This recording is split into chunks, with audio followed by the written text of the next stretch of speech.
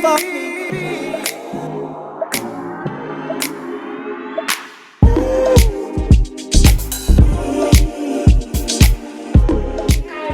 Welcome back to the Ultimate Vodcast, and today we have our sadly last episode of this whole mental health series, and like we promised, today is about relationships. So we have somebody new. Sandra, thank you so much for agreeing to do this with me at Thandiwe, and welcome to this journey. Can you just tell us a little bit about yourself, what you studied, and just lay the platform? Okay. Thank you so much for having me, Grace and Thandiwe. My name is Sampa. I am a psychologist. I don't want to say I'm a trained psychologist, yet to be confirmed. And I am soon to have my master's in clinical psychology, and that's me. Great. So today is about relationships. I think each one of us has had experience with relationships. The good, the bad, the ugly, the should have never happened. And we're just going to discuss kind of our experiences and have you guys, professionals, kind of weigh in on people that might be going through a relationship and thinking, is this it? Is this the best I'll ever do? You know, just feeling like they're stuck, and I just want to give them help to, like, even if you left, even if things don't go as planned or what you want them to be, you're still going to be okay. So, Sandra, could you please kind of just break us down through relationships and the different types, just so we have an understanding? You're going to build the new girl here. Sorry. Put on the spot. Sorry. Okay, so sorry, what did you say? Just the different types of relationships. Any that you can think of. Yeah. Okay, so when we say relationships, mostly people think about, the romantic type, boyfriend, girlfriend. We have platonic relationships, which is like boy-girl friendships, or girl-girl, boy friendships. We have the relationships we have with our family, that's also a relationship. And also relationships we have with people in general. I don't know what they're called, but like your co-workers, your neighborhood people, those are also relationships. So yeah. Okay. And how important are the relationships around us in shaping who we are as individuals? I strongly believe that your relationship is directly linked to your whole life. So your health, physically, your mental health, and also your wealth. Literally, who you surround yourself with is going to impact where you go in life, in terms of like how much you make, what tax bracket you belong to. So they're very, very important, and people don't usually realize that. They just kind of be like, oh, anybody, but like it affects your whole life. Okay. And I think when we think of relationships, most of the time, it's in a romantic sense. When we talk about heartbreak, even though we're not taking away the fact that a platonic friendship can have a breakup and it can be painful, like that's its own thing, but normally it's in the romantic sense. So how does somebody kind of navigate the ups and downs of a relationship, platonically or romantically? Like the seasons of a relationship, because nothing's ever rosy the way it starts off in the beginning. So how does somebody navigate those ups and downs? I don't know if you want to answer, whoever. She can go first.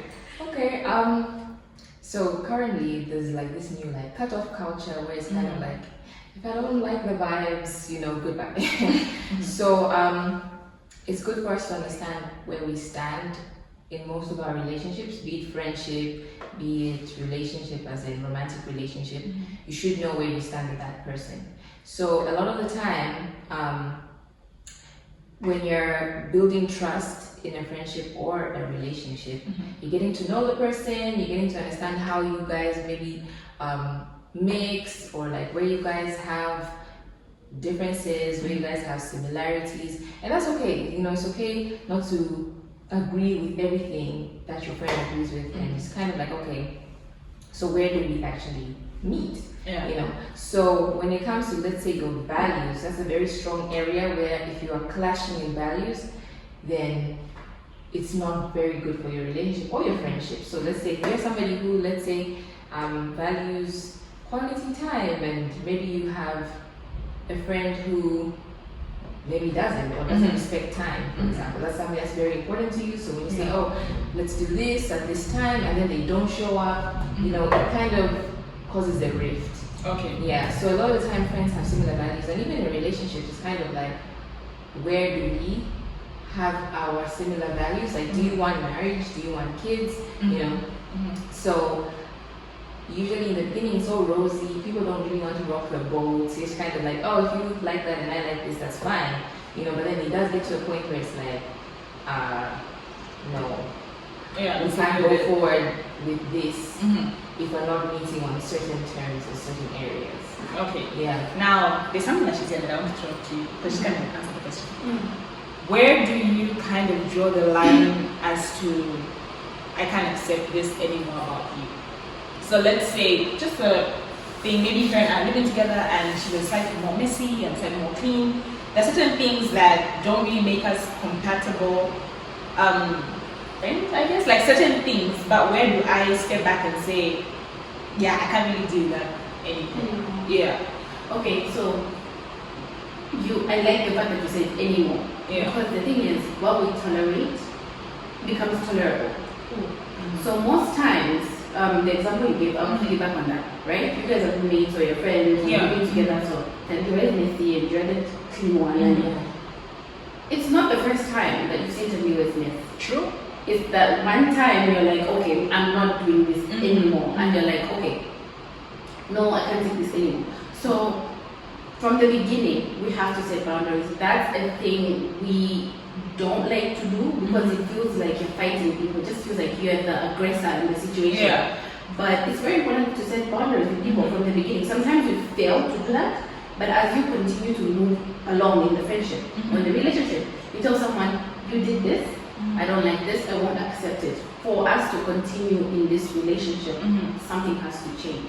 Okay. And most people see boundaries as, you know, you picking a fight. They don't understand that boundaries are there to protect the relationship, to help us navigate these conflicts and, you know, like move on. So, okay, then you can also, for example, so you don't like it when you're doing mess.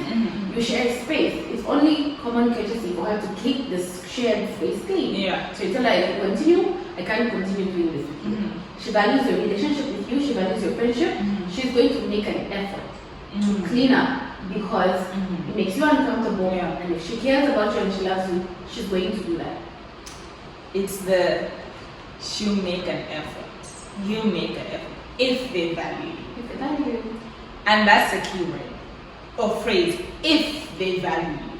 And there are certain things that in a relationship, whether platonic or romantic, that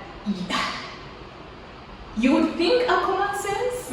Like, you respect me, I respect you, why is this even an issue? Why are we having a problem?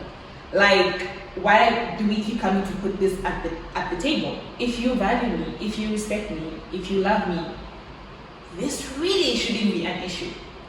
And I love the fact that you said setting boundaries sometimes may feel as if you're being difficult or you're being like you just want to pick an argument. But why do people find it hard to respect other people's boundaries?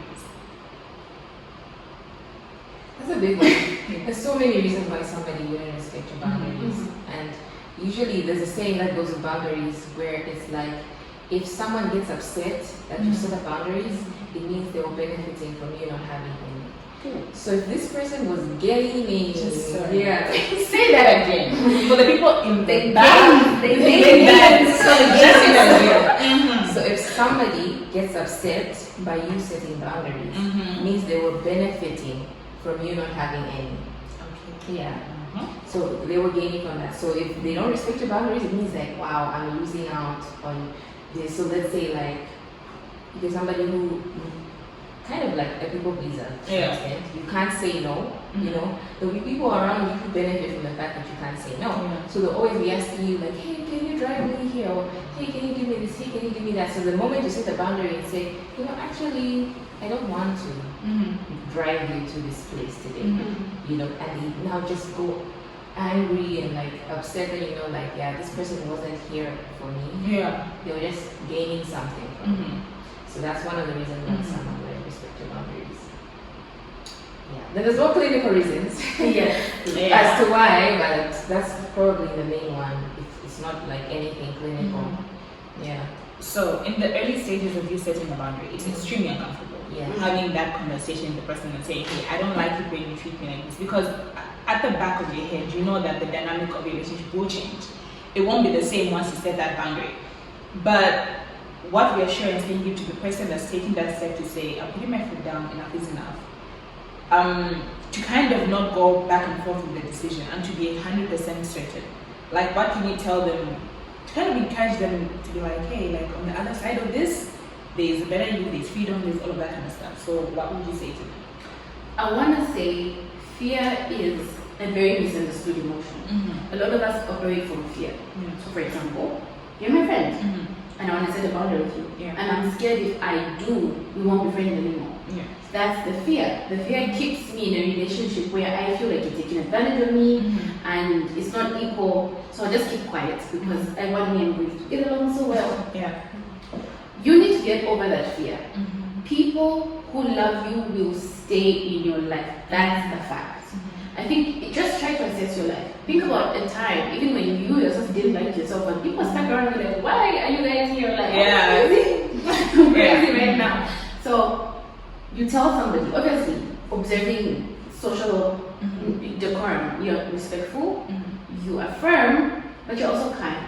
Like, you know, when you did this, I felt this way. I feel like for the sake of our friendship, don't do that ever again.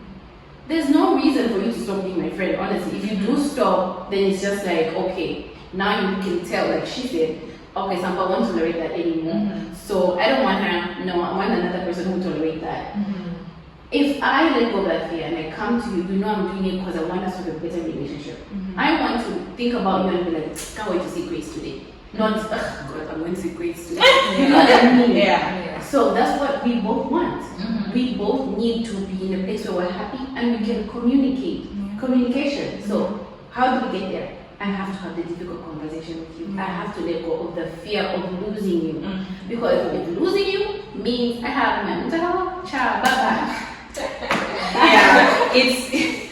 It's the priorities. Exactly. Of where have you placed this person above your mental health, above your physical health, above you as a being. And I feel like once somebody, knowingly or unknowingly actually, knows that they have that power over you, it can be extremely dangerous. Yes. Because they know even if you walk up to them and you just know how anxious you get, okay, I'm going to talk to this person, and you probably brought the courage the whole week. Like, I'm going to have this discussion with this person, and then just one look at you, everything crumbles down. And you know, once somebody knows that they just, I can't stress this enough, once they know they have that hold over you, they know they can control everything.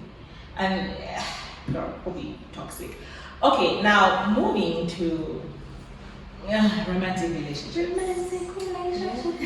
And how sometimes we get blinded by the blissfulness of it in the beginning, that we ignore all the red flags that were probably honking at us and being extremely evident. What are certain things that somebody should look for entering a new relationship, or just trying to embark on a relationship? Like if I'm trying to date somebody or get to know somebody, what are certain things that I should kind of be cautious about? Oh, should I go? Yeah, you can go. Okay, I believe everyone must have non-negotiables. You must write them like the way the commandments are written in the Bible. You have your non-negotiables. So the red flags, yes, and you can ignore red flags, but your non-negotiables should be a contract within yourself. Okay. So I'm dating, I want to find a new partner, and I say I don't want a man that lies to me. I want a man that's honest. He's always going to be honest with me. And I find this guy, and he's amazing. He's what I want, but he lies. Yeah. I made a contract with myself. I don't want a man that lies. Yeah. So you're automatically disqualified because I have to look at the quality of life I want, what I really want, right? So I can't change my whole life and perception because I met you. I just met you. I can meet another one. Like, it's not even in an offensive way, but I can meet someone else who is willing to be honest. So if you can't come along with me, my journey, and be the honest person I need you to be, then you're really not for me. And as much as I will miss you, I will cry. I will cry 40 days or 40 nights. But you won't compromise. But I will not compromise because of the life I've pictured for myself. Exactly. You want an honest partner, you want a partner who will come to you, Because okay, here's an example, right? Men who lie. We're talking about men now. Men who lie. We've heard of horror stories where, someone loses a job in the family and you didn't know your husband dresses up and goes to work every day. You don't want that. Yeah. It's gonna affect your life Yeah. long term. So you need that. And so you have to have a list. I would urge every girl and guy out there to have a list of non-negotiables, and when those things pop up and you can't accept them, you have to leave. Yeah, and guys, when it comes to non-negotiables, specifically to the men, I had this conversation with my friend yesterday, and he's going to kill me, but I really don't care. The non-negotiables that men have normally refer to the physicality of a woman, how she looks. She's got to have this, got to have this, got to have this, and they focus so much on her physical appearance and not necessarily the characteristics. And then for us women, most of the time the non-negotiables are character-based. But now more than ever, I'm seeing it's more of a financial thing. He should be stable. I mean, they mean stability, they mean finances, they don't really mean emotion. So I don't know if this is even, let me throw it out there. But what are some character traits that somebody should look for in a good partner or person to date? Because there might be somebody watching this thinking, I don't even know what I'm looking for. I don't even know what a good guy looks like. Like, what are the qualities of a good guy? So there are just a few things that, I'll start off with you because she just answered, that you can kind of just throw out there and be like, you know what, a good guy should be loyal, he should be honest, he should be true, he should be these things. So can you kind of just help whoever's watching that doesn't even know what a good guy looks like? One of the things that I can touch on that I think is really important is that their actions and their words should match. That's so important because somebody can be like, yeah, I'm really honest, like they can tell you so many things, but they have to back it up with action. There should be that consistency. So I'll say consistency of character, consistency of actions, and usually it's over time. There's I think a study that was done that said like you need at least 3 months to get to know someone. So they might present you with these character traits, but you don't know until you've spent enough time with them to see if this is actually who they are. And one thing that I usually advise people is that, to be honest, don't tell people what you want.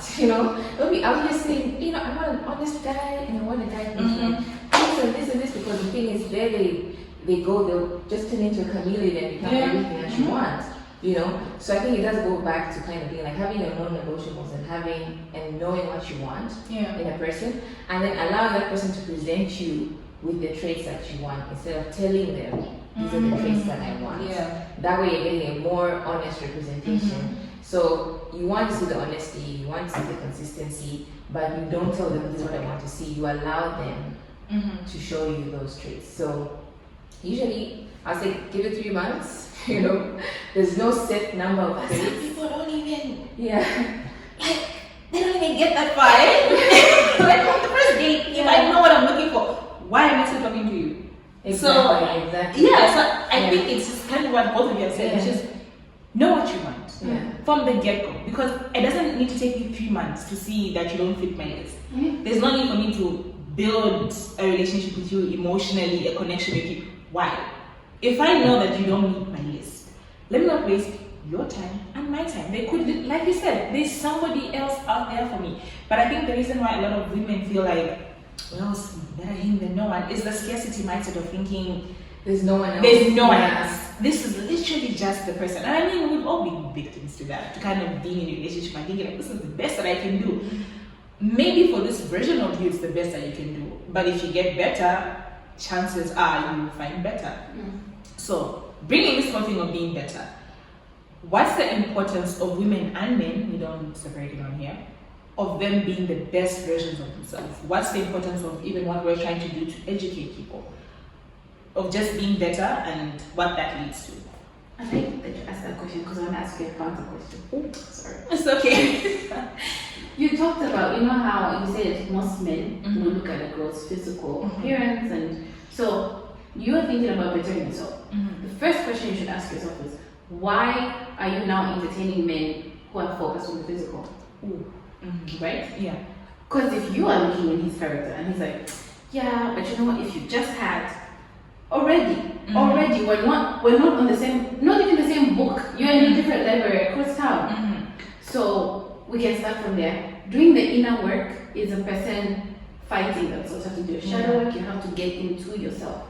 And we can't force anybody, you literally can't force anyone to start doing the inner work. Yeah. But when you've done the inner work, not to get spiritual, but your energy just changes. And the people you find yourself gravitating to or towards you are different. You will literally meet men, men who are like decent. And you're like, wait, it's something in you that has changed. Your energy speaks for itself. When you enter a room, it actually does. It's times when you enter a room and that boy that you would have been attracted to 2 months ago, you are not even. And then that guy who now you say, I would probably like such a person, is the one approaching you. But something in you has changed. So we have to focus on us.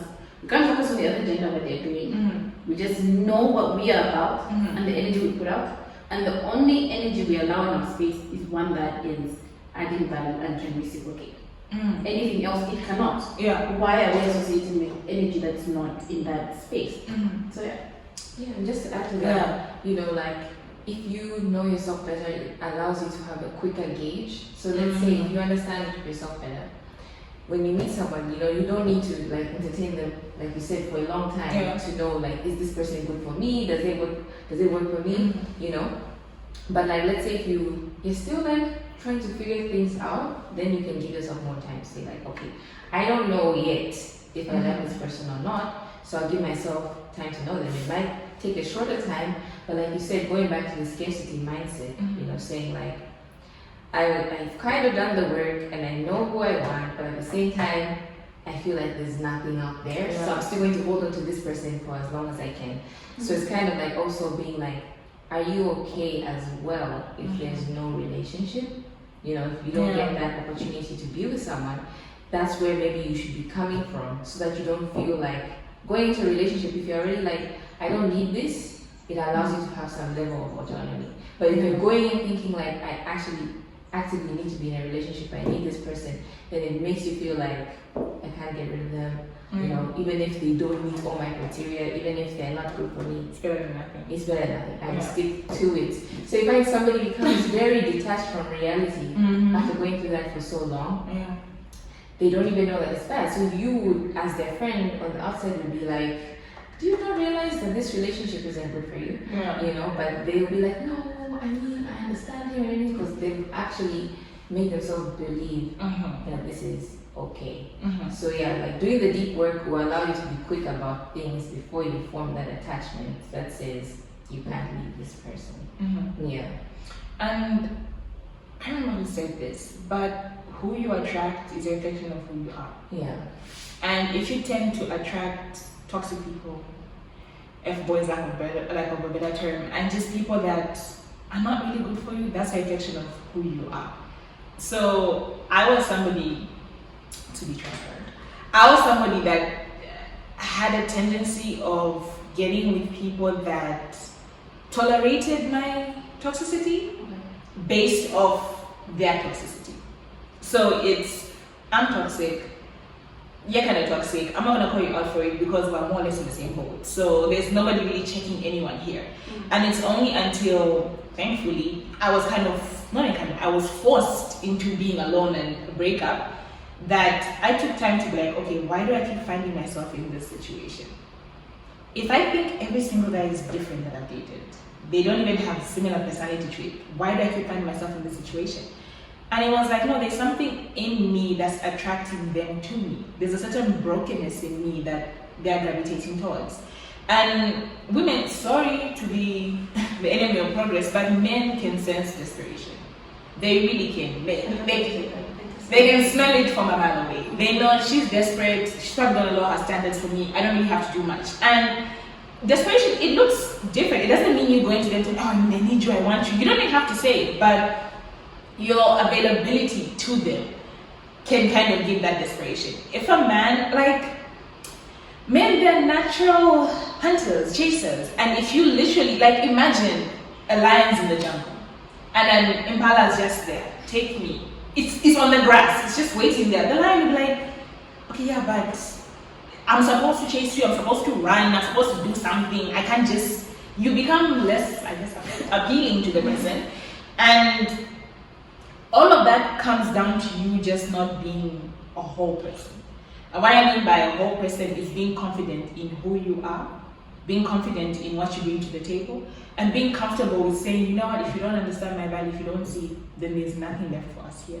So for somebody who has reached that aha moment, I want to do better, I want to get a better man, but somehow, where do I start from? Okay, sorry. So before I answer that, I just want to emphasize, because we get triggered so easily. The word you just said, desperate. It's people who just be like, immediately say they're like, what is this person talking about? Yeah. But, and this is why it's very good to have platonic male friends, as much as it's difficult. If you have set the boundaries, to say, look, this won't go anywhere. You are my buddy, listen, right?